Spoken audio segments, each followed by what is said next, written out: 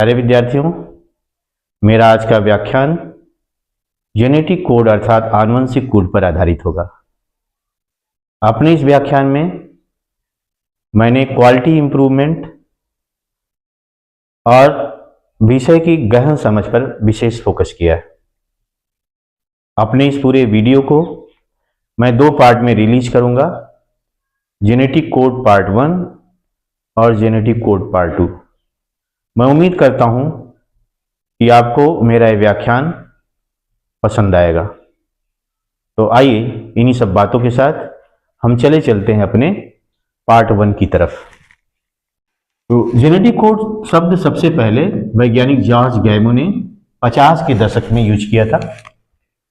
उसके बाद आता है साल 1965, जब एक अमेरिकी वैज्ञानिक मार्शल नीरेनबर्ग, W.H. हॉली और भारतीय मूल के वैज्ञानिक डॉक्टर हरगोविंद खुराना के साथ मिलकर के इस जेनेटिक कोड को डिकोड कर देते हैं।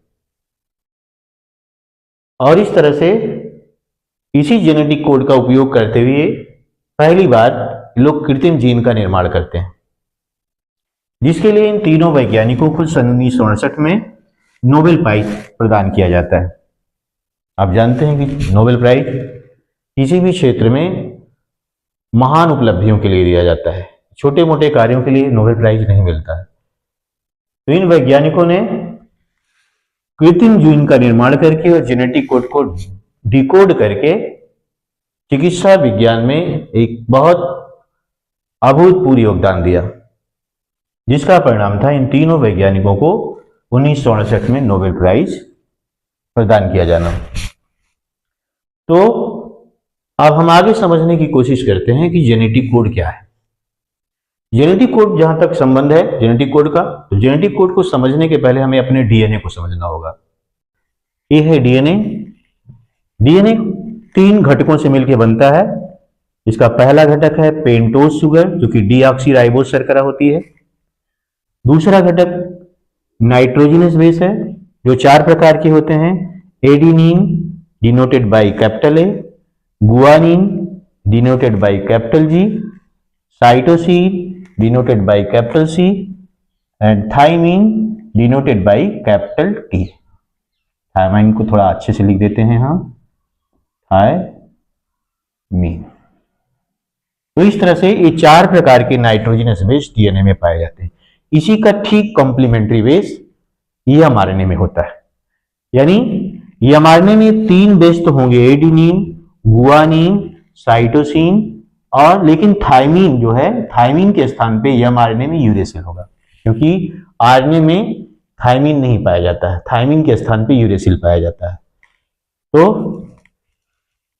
अब प्रश्न उठता है कि डीएनए में जो जेनेटिक कोड की प्रॉपर्टी होती है, इन 4 इसके 3 घटक हैं, इन 3 घटकों में से किस में निहित होती है। थोड़ी देर के लिए अगर हम मान लें कि डीएनए की जेनेटिक कोड की जो प्रॉपर्टी होती है इसके पेंटोज शुगर में होती है, तो समस्या यहां ये उत्पन्न होगी कि पेंटोज शुगर को अगर मान लेते तो मैक्सिमम 1 एमिनो एसिड ही कोड हो पाएगा, बाकी 20 एमिनो एसिड में से 19 एमिनो एसिड अनकोडेड रह जाएंगे। इसका मतलब जो पेंटोज शुगर है इसमें जेनेटिक कोड की प्रॉपर्टी नहीं हो सकती। अगर इसी तरह से हम फास्फोरिक एसिड को मान लें तो वहां भी यही समस्या उत्पन्न होगी कि केवल 1 ही एमिनो एसिड कोड हो पाएगा, बाकी 19 अनकोडेड रह जाएंगे। इसका मतलब ये भी जेनेटिक कोड की प्रॉपर्टी नहीं रखता है। तो इसका मतलब जेनेटिक कोड की प्रॉपर्टी हो कहां सकती है, इसकी संभावना हम तलाशने की कोशिश करेंगे इन नाइट्रोजनस बेस में, जो कि कितने प्रकार के होते हैं, 4 प्रकार के होते हैं। ये है एडेनिन, गुआनिन, साइटोसिन, थाइमिन। ये डीएनए का डायग्राम है। और आप जानते हैं कि डीएनए 4 न्यूक्लियोटाइडों से मिलकर बनता है। कोई भी न्यूक्लिक एसिड 4 न्यूक्लियोटाइडों से मिलकर बनता है। डीएनए में क्या होते हैं, एडेनिन, गुआनिन, साइटोसिन और थाइमिन नामक के 4 न्यूक्लियोटाइड होते हैं। आरएनए में भी ये 4 न्यूक्लियोटाइड होते हैं, लेकिन वहां थाइमिन के स्थान पे यूरेसिल होता है। बस यही इतना फर्क होता है। तो जेनेटिक कोड का पूरा देखा जाए तो डीएनए और आरएनए के इन्हीं जो न्यूक्लियोटाइड है इन्हीं में छिपा हुआ है पूरा राज। डीएनए क्या करता है, डीएनए में जो न्यूक्लियोटाइड होते हैं उन्हीं का कंप्लीमेंट्री क्या होता है, आरएनए पर बनता है। यानी डीएनए क्या करता है, ट्रांसक्रिप्शन क्रिया द्वारा एमआरएनए का निर्माण करता है। ये ट्रांसक्रिप्शन क्रिया हुई और एमआरएनए बन गया केंद्रक में, और ये एमआरएनए केंद्रक के बाहर साइटोप्लाज्म में आता है डीएनए के संदेशों को लेकर के। अब प्रश्न उठता है कि डीएनए अपने संदेश किस भाषा में देता है। तो पहले माना जाता था, पहले चीजें अस्पष्ट थी 1965 के पहले, जब इस जेनेटिक कोड को डिकोड नहीं किया गया था जब तक। लेकिन 1965 में जब इन तीनों वैज्ञानिकों ने मिल करके जेनेटिक कोड को डिकोड कर दिया, तब समझ में आया कि जो डीएनए है ये अपने जो आदेश होते हैं या जो सूचनाएं होती हैं एक कोडेड लैंग्वेज में देता है। और कोडेड लैंग्वेज क्या करता है, ये अपनी उन्हीं 4 न्यूक्लियोटाइडों का उपयोग करके पहले 64 तरह के कोडान बनाता है, 64 प्रकार के। फिर इन 64 कोडानों की मदद से ये अरबों खरबों प्रोटीन को कोड कर सकता है। उदाहरण के लिए जैसे इंग्लिश वर्णमाला में कुल 26 अल्फाबेट होते हैं, लेकिन इन्हीं 26 अल्फाबेट के इधर उधर हेरफेर करके अरबों खरबों शब्द तैयार किए जा सकते हैं। इन्हीं अरबों खरबों शब्दों के प्रयोग से अरबों खरबों वाक्य तैयार किए जा सकते हैं। बिल्कुल इसी अंदाज में हमारा जो डीएनए होता है ये क्या करता है, पहले अपने न्यूक्लियोटाइड 4 प्रकार के न्यूक्लियोटाइडों का उपयोग, न्यूक्लियोटाइड क्या, एडेनिन, गुआनिन, साइटोसिन, थायमिन, ठीक है, इनका उपयोग करके क्या करता है 64 तरह के कोडान बनते। लेकिन कोडान बनते कहाँ हैं, ये बनते हैं एमआरएनए पर। एमआरएनए क्या होता है, एमआरएनए के जो न्यूक्लियोटाइड होते हैं ये बिल्कुल डीएनए के कंप्लीमेंट्री होते हैं, बिल्कुल उसी तरह का काम के कंप्लीमेंट्री जैसे वाटसन क्रिक बेस पेयरिंग में होता है। वाटसन क्रिक बेस पेयरिंग के अनुसार क्या होता है, एडेनिन हमेशा थायमिन के साथ 2 हाइड्रोजन बॉन्ड से जुड़ता है और गुआनिन हमेशा साइटोसिन के साथ। तो चूंकि आरएनए में एडेनिन के स्थान पे थायमिन के स्थान पे यूरेसिल होता है, इसलिए जहां थायमिन का प्रश्न होगा वहां क्या हो जाएगा, यूरेसिल हम लिखेंगे। तो देखिए यहां एडेनिन है और इसका जो एमआरएनए 2 कॉपी तैयार हुआ है वहां क्या होगा, एडेनिन किससे जुड़ता है, थायमिन से। तो यहाँ थायमिन हो नहीं सकता, यहाँ यूरेसिल होगा। तो यहाँ क्या हुआ, इसका कंप्लीमेंट्री यू हो गया। यहाँ जी है तो इसका कंप्लीमेंट्री क्या होगा, सी होगा। और यहाँ सी है तो इसका कंप्लीमेंट्री जी होगा। और इस तरह से 3 न्यूक्लियोटाइडों को मिला करके क्या बना लिया जाता है, एक कोडान बन जाता है। ठीक है, यानी डीएनए की जो भाषा होती है इन्हीं कोडेड लैंग्वेज में होती है, जिनको कोडान कहा जाता है। ठीक है, और यही सामूहिक रूप से क्या कहलाते हैं, जेनेटिक कोड कहलाते हैं। अब एक 3 हो गया, ये जो किसी पार्टिकुलर एमिनो एसिड को कोड कर रहा है, इसका मतलब हुआ कि कोई एमिनो एसिड की बात हो रही है। इसी तरह से अब देखिए यहाँ टी है तो थायमिन किससे जुड़ता है, एडेनिन, तो यहाँ इसके सामने ये होगा। इसी तरह से यहाँ ए है, एडेनिन किससे जुड़ता है, थायमिन से जुड़ता है। तो यहाँ आरएनए में तो थायमिन के स्थान क्या है, यूरेसिल, यहाँ हमने यूरेसिल लिख दिया। इसी तरह से यहाँ सी है तो यहाँ जी हो गया। अब यहाँ भी यही तीनों को मिला करके दूसरा कोडान रेडी हो गया। इस तरह से डीएनए क्या करता है, इन्हीं कोडेड लैंग्वेज में अपनी बातें इस पे प्रिंट करता है, इसी एमआरएनए पर प्रिंट करता है। और फिर बाद में इन्हीं जो प्रिंट किए गए न्यूक्लियोटाइड हैं जो 3 के क्रम में है, जिनको कोडान कहा जाता है, इन्हीं के अनुसार अमीनो अम्लों को लिंक करते हुए प्रोटीन का निर्माण होता है, यानी प्रोटीन का संश्लेषण होता है। उदाहरण के लिए भी और आगे हम इसको स्पष्ट करेंगे। तो इस तरह से हो जाता है। अब जिस एमिनो एसिड को कोड कर रहे हो कोडान, वही एमिनो एसिड ला करके लिंक किया जाएगा इस तरह से। तो हम अब यहां इसको इस डायग्राम को देखते हुए हम इसको आराम से डिफाइन कर सकते हैं जेनेटिक कोड क्या है। जेनेटिक कोड मतलब वह आदेश या सूचनाएं होती हैं जो डीएनए द्वारा एमआरएनए पर प्रिंट कर दी जाती हैं 3 के न्यूक्लियोटाइडों के क्रम में। यानी जेनेटिक कोड 3 न्यूक्लियोटाइडों का वह समूह होता है जो डीएनए द्वारा एमआरएनए पर प्रिंट कर दिया जाता है, और इन्हीं न्यूक्लियोटाइडों के जो 3 के समूह हैं, इन्हीं के अनुसार अमीनो अम्लों को जोड़ते हुए प्रोटीन संश्लेषण के दौरान प्रोटीन का निर्माण किया जाता है। ठीक है, क्या कहलाता है, जेनेटिक कोड कहलाता है। समझ रहे ना। तो इस तरह से जेनेटिक कोड और कुछ नहीं बल्कि डीएनए द्वारा एमआरएनए पर प्रिंट की गई सूचनाएं होती हैं। एमआरएनए क्या है, संदेशवाहक आरएनए। ये डीएनए के संदेशों को लेकर के कहां आता है, इसी कोडेड लैंग्वेज के रूप में साइटोप्लाज्म में आता है। और साइटोप्लाज्म में जैसे जैसी ये सूचनाएं होंगी, ये सूचनाएं क्या होती हैं, कोडान के रूप में होती हैं। तीन तीन न्यूक्लियोटाइड को मिलकर के एक कोडान बनता है, और इन्हीं कोडान, एक कोडान किसको शो करता है, प्रत्येक कोडान किसी न किसी एमिनो एसिड को क्या कहता है, व्यक्त करता है। तो अब एक कोडान जिस एमिनो एसिड को कोड कर रहा होगा, व्यक्त कर रहा होगा, वही एमिनो एसिड ला करके जोड़ दिया जाएगा।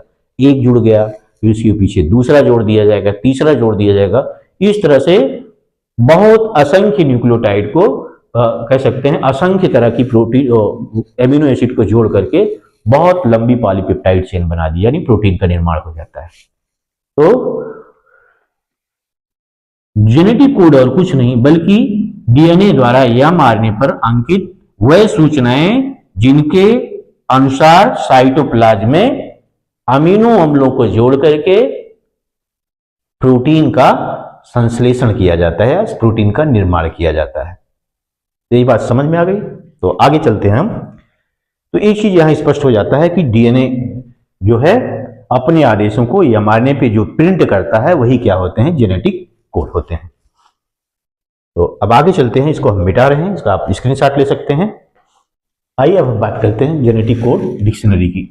जैसा कि आप जानते हैं कि जेनेटिक कोड क्या होते हैं, ट्रिपलेट होते हैं, यानी तीन तीन न्यूक्लियोटाइडों से मिलकर क्या होता है, एक कोडान बनता है। और इन्हीं कोडानों का जो एक सामूहिक रूप है वही क्या कहलाता है, जेनेटिक कोड कहलाता है। ठीक है। इस जेनेटिक कोड डिक्शनरी को बनाने के लिए मैं आपको एक शब्द बता रहा हूं। ये 4 न्यूक्लियोटाइडों का एक विशेष क्रम है, उसी के द्वारा मैं बहुत आसानी से इस जेनेटिक कोड डिक्शनरी को आप बना करके आपको प्रदर्शित कर रहा हूं। एक शब्द है UCAG,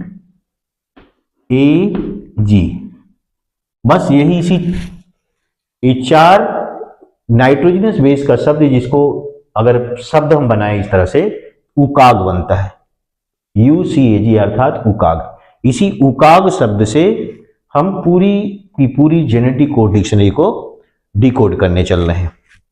तो आइए अब हम देखिए, यही उकाग हमने लिखा है। पहले फर्स्ट नाइट्रोजनस बेस जहां से लेना है UCAG उकाग यहां लिख दिया है। यही उकाग हमने दूसरे नाइट्रोजनस बेस जहां से लेना है उसको लिख दिया। इसी तरह से तीसरे स्थान पर भी हमने UCAG, प्रत्येक कॉलम में यहां भी UCAG। अब देखिए जेनेटिक कोड डिक्शनरी कैसे बनती है हमारी। यहां से एक छाल लेंगे U, यहां U है, U ले लिया।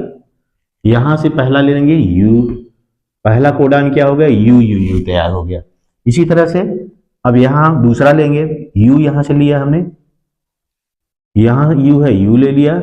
अब इसकी दूसरा लेंगे, यहां C ले लिया हमने। अब फिर U, यहां U है, U ले लिया। अब की बार A की बारी A ले लिया हमने यहां से। ठीक है। इसी तरह से यहां U है, U ले लिया हमने, यहां भी U है, U ले लिया इसका। अब की बार G ले ली।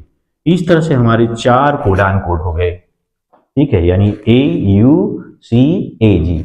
पहला यहां से जो है उसका लेंगे, फिर इसका लेंगे, फिर यहां से बारी बारी से चारों को लेंगे, ऐसे उसमें करेंगे। इसका भी हम एक शॉर्टकट बता रहे हैं आपको, इतना भी आपको बार बार उसको देखना नहीं है। आपने यहाँ देखिए दूसरे वाले में देखते हैं, यहाँ U है, U ले लिया यहाँ से, यहाँ C है, C ले लिया। अब इसी को हम क्या करेंगे, 4 बार लिखेंगे, क्योंकि देखिए आप यहाँ U, ये चारों में पहला और दूसरा नाइट्रोजन बेस सेम होता है, जो होता है तीसरा, और तीसरे में भी हमको कुछ नहीं, UCAG यही बार बार, एक बार U आता है, फिर दूसरे में C, A और G आता है। इसलिए हम UCAG लिख दें तो पूरा हमको देख के नहीं लिखना, वही होगा। तो UC, यहाँ U है, यहाँ C, तो UC को 4 बार UC, ये हो गया। अब क्या लिखेंगे हम, यही U, देखिए बारी से पहले U लिखते हैं, दूसरे वाले के साथ C लिखते हैं, फिर तीसरे वाले के साथ A लिखते हैं, G। यानी हम अगर उकाग लिख दें, इसे UCAG लिख दें तो बात वही हो जाती है। अब देखिए यहाँ U है, यहाँ A है, लिख दिया A को। अब 4 बार लिखेंगे UA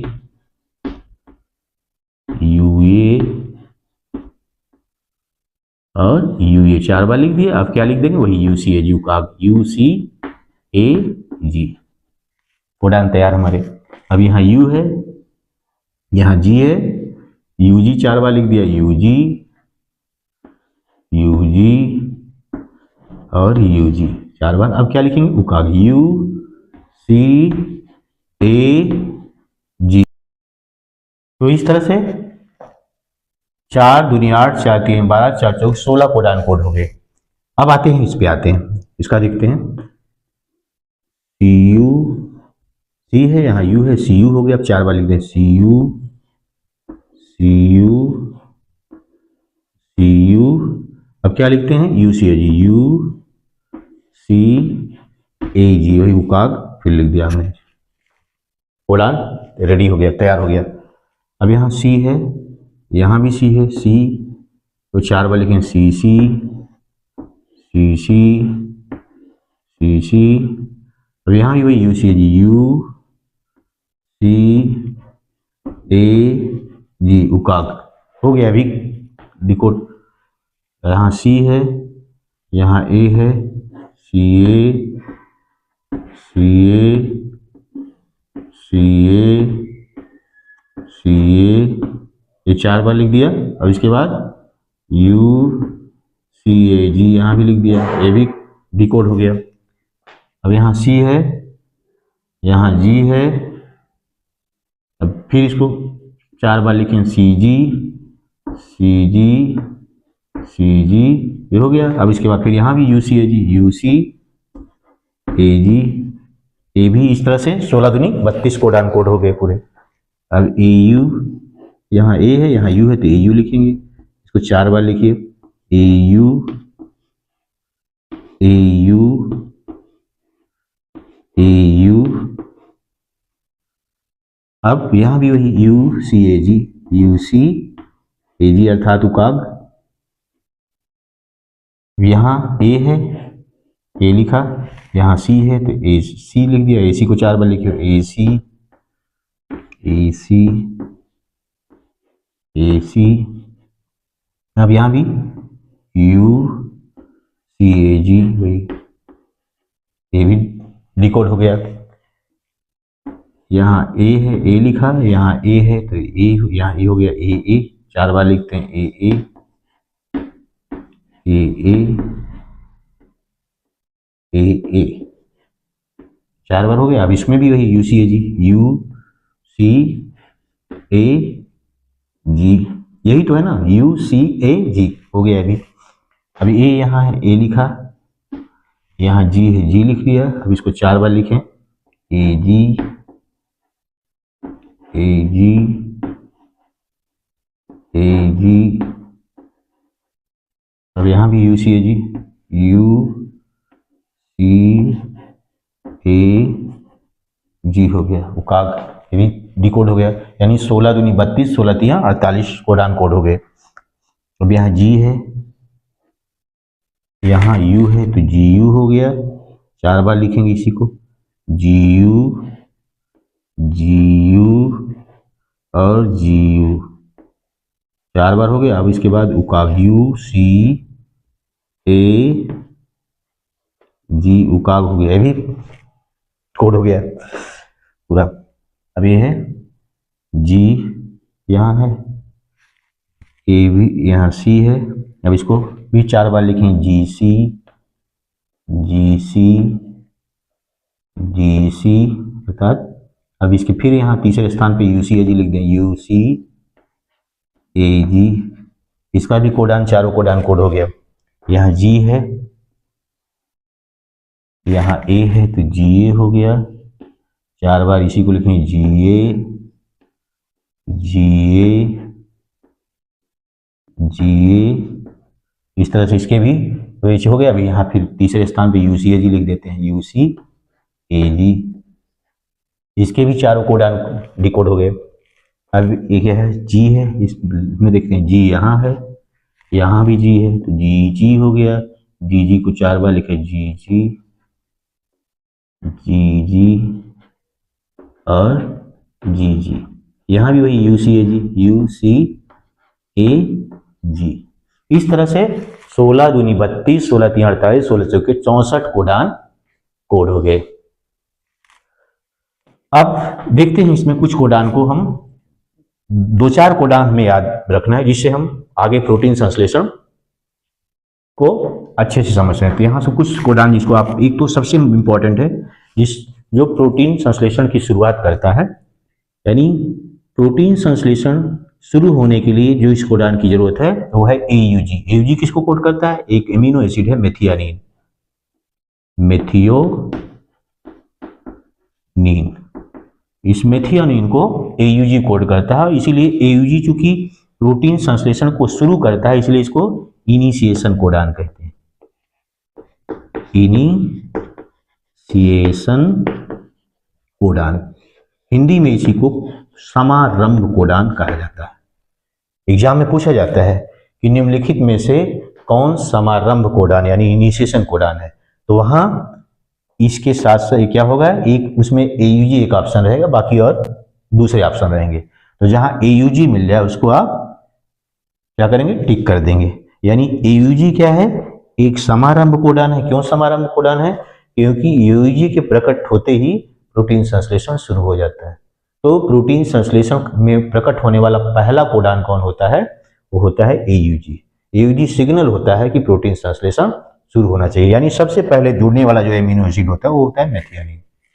अब इसके अलावा 3 कोडान ऐसे हैं जो प्रोटीन श्रृंखला का समापन करते हैं। अगर इनमें से कोई भी एक कोडान प्रकट हो जाए तो प्रोटीन संश्लेषण तुरंत ही बंद हो जाता है। ये है UAA, UAG, UGA, उगा। यानी इसको हम याद करने के लिए एक शब्द में अगर बना लें तो उगा, उगा, ये क्या है, स्टॉप कोडान है।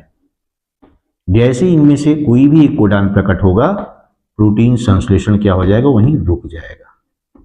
तो ये प्रोटीन संश्लेषण को रोक देते हैं, इसलिए इनको स्टॉप कोडान या टर्मिनेशन कोडान या नॉनसेंस कोडान कहा जाता है। तो ये 3 कोडान क्या हो गए, स्टॉप या नॉनसेंस कोडान हो गए या टर्मिनेशन कोडान, और एक समारंभ कोडान जिसमें AUG है। इसके अलावा 2 ऐसे एमिनो एसिड हैं जिनका केवल एक कोडान होता है, वो है एक तो AUG हो गया जो मेथियोनिन को कोड करता है, दूसरा UGG जो ट्रिप्टोफैन को कोड करता है। किसको कोड करता है? ट्रिप्टोफैन।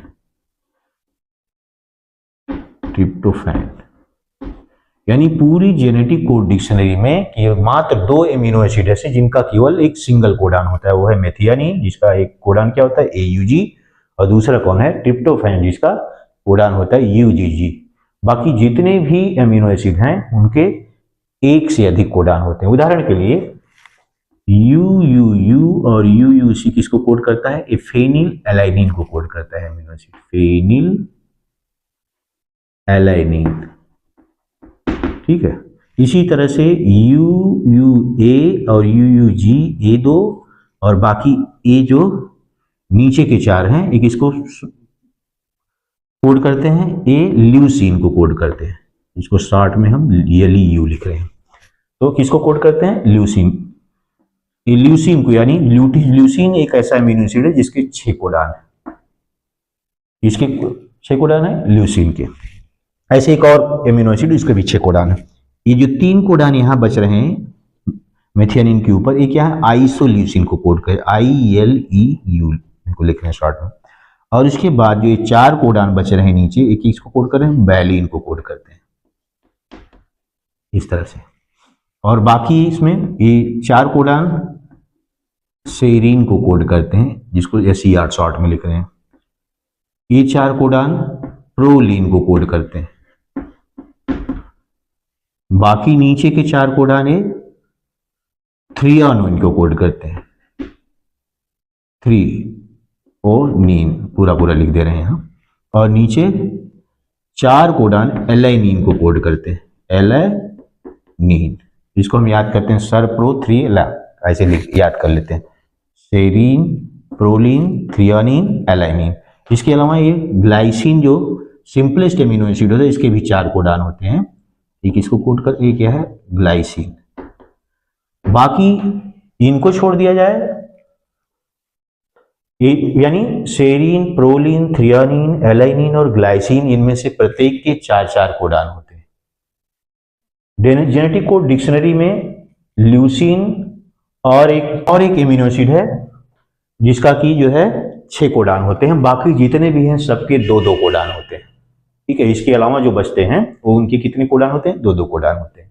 तो हमें उसमें बहुत पचड़े में नहीं पड़ना है कि कितने कोडान किसके हैं, बस जो मुख्य हैं, विशेष करके हमें एक तो मेथियोनिन याद होना चाहिए AUG, ये 3 नॉनसेंस कोडान याद होना चाहिए और 2-3 और एमिनो एसिड के कोडान, जिसमें आप चाहे तो फेनिलएलैनिन के याद कर लें और कोई भी इनमें से कोई, तो इसी से हमारा पूरा काम चल जाएगा। और पूरा याद हो जाए तो अच्छी बात है, नहीं तो इतना जितना है इतना पर्याप्त है। तो ये है जेनेटिक कोड डिक्शनरी, जिसको हमने बहुत सिंपल लैंग्वेज में डिकोड करना आपको सिखा दिया, कैसे हम एक जेनेटिक कोड डिक्शनरी तैयार कर सकते हैं। जो इतनी कॉम्प्लिकेटेड लगती है उसको हम केवल एक शब्द उकाग यूज करके ना, जिसमें यू का मतलब यूरेसिल, सी का मतलब साइटोसिन, ए का मतलब एडेनिन और जी का मतलब गुआनिन है ना, इनके प्रयोग द्वारा हम क्या कर सकते हैं, 64 प्रकार के जो कोडान हैं उन सबको हम डिकोड कर सकते हैं, जैसा कि मैंने किया है। और इन 64 कोडानों में से 3 कोडान स्टॉप कोडान या टर्मिनेशन कोडान या नॉनसेंस कोडान कहलाते हैं। क्यों कहलाते हैं? क्योंकि इनके एंटी कोडान किसी भी टीआरएनए के पास नहीं होते हैं, इसलिए जैसे ही प्रकट होते हैं कोई भी एमिनो एसिड यहाँ ऐड नहीं हो पाता, क्योंकि टीआरएनए के पास एंटी कोडान ना होने के कारण इनका कोई भी एमिनो एसिड वो लेके नहीं आ पाता यहाँ, तो इसलिए प्रोटीन श्रृंखला वहीं समाप्त हो जाती है, यानी वहीं बनना, प्रोटीन बनना वहीं ही खत्म हो जाती है। तो ये था जेनेटिक कोड डिक्शनरी और उसकी डिकोडिंग प्रक्रिया के बारे में, जिसको मैंने बहुत सरल और सामान्य से शब्दों में पूरा मैंने इसको आपके समक्ष प्रस्तुत किया है। मैं समझता हूँ कि मेरा ये व्याख्यान आपको पसंद आया होगा, आपका कॉन्सेप्ट क्लियर हुआ होगा। इन्हीं सब बातों के साथ मेरा आज का लेक्चर समाप्त होता है। धन्यवाद।